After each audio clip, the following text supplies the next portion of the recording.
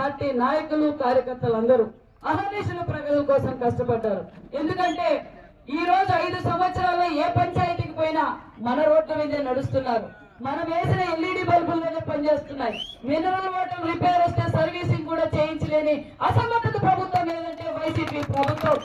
ఈ రోజు ఇదే శంకర్ నారాయణ గారు ఆ రోజు చెప్పారు, ఇప్పుడు మన రమణన్న గారు చెప్పారు, మన కీర్తి స్వామి గారు చెప్పారు, నేను చెరువులకు నీళ్లు ఇస్తానన్నాడు. చెరువులు నీళ్లు కాదు కదా, అన్నమయ్య డ్యాము తెగిపోతే సొంతం పులివెందల్లో అన్నమయ్య డ్యాము తెగిపోతే మెయింటెనెన్స్ కూడా చేతగాని దద్దమ్మ మన ముఖ్యమంత్రి విషయం చెప్పుకోవాలి. అలాంటి ముఖ్యమంత్రి చెరువులకు నీళ్లు ఇస్తారంటే ఇంకేం ఇస్తారు చెరువులకు నీళ్లు?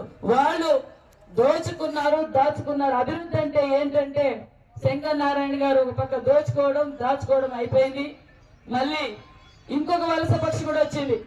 అప్పుడు కూడా చెప్పారు పార్థసారథి గారు, ప్రతి మీటింగ్ లోనే చెప్పారు, జాగ్రత్త జాగ్రత్త, వలస పక్షి అతని విషయం మీకు తెలియదు, జాగ్రత్త పడండి జాగ్రత్త పడండి అని.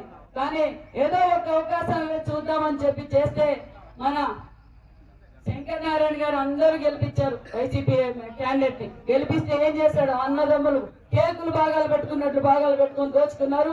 ఇంకా ఎమ్మెల్యేగా ఉన్నట్టుగానే చూడండి, పెనుగొండ ప్రజలు ఓటేసి గెలిపించిన బాధ్యతగా ఉండాల్సిన ఎమ్మెల్యే అప్పుడే అనంతపురంకు తరలి వెళ్ళిపోయారు. మరి మళ్ళీ కొత్తగా ఏంటి? ఆమెమో కళ్యాణ్ దుర్గంలో ఎమ్మెల్యేగా ఉన్నారు, ఎమ్మెల్యే మళ్ళీ ఇప్పుడు ప్రెసిడెంట్ మంత్రి. మరి అక్కడ గెలవలేనా, ఇక్కడితో గెలుస్తుంది చెప్పండి? నేను ఈ సభ ద్వారా వైసీపీ అభ్యర్థి ఉషశ్రీ గారికి ఛాలెంజ్ చేస్తున్నా. నువ్వు అక్కడ మంత్రిగా పనిచేసావమ్మా, నీ నియోజకవర్గంలో ఎన్ని చెరువులు నీళ్ళు ఇచ్చావు, ఎన్ని మందికి రోడ్లు, ఎన్ని ఊర్లకు రోడ్లు వేసావు, ఎన్ని ఉద్యోగాలు ఇప్పించావు, ఎంత మందిని అభివృద్ధి బస్సులో చేసావు, ఎంత మంది కార్యకర్తలను కాపాడావో, ఏమి అభివృద్ధి చేశావో మేము చర్చకు రావడానికి సిద్ధం.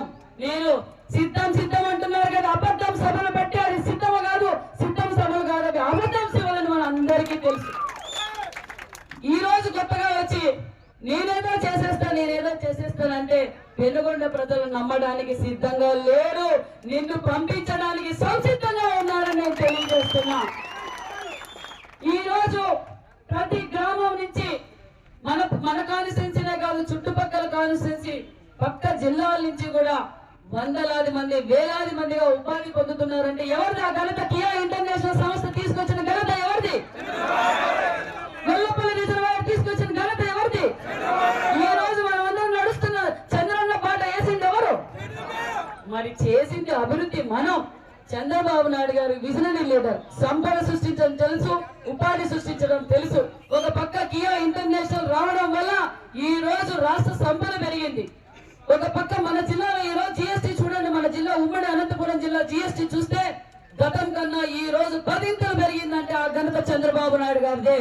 రాష్ట్ర స్థాయిలో పరిశ్రమలు ఉన్నాయి అంటే అది చంద్రబాబు నాయుడు గారిదే.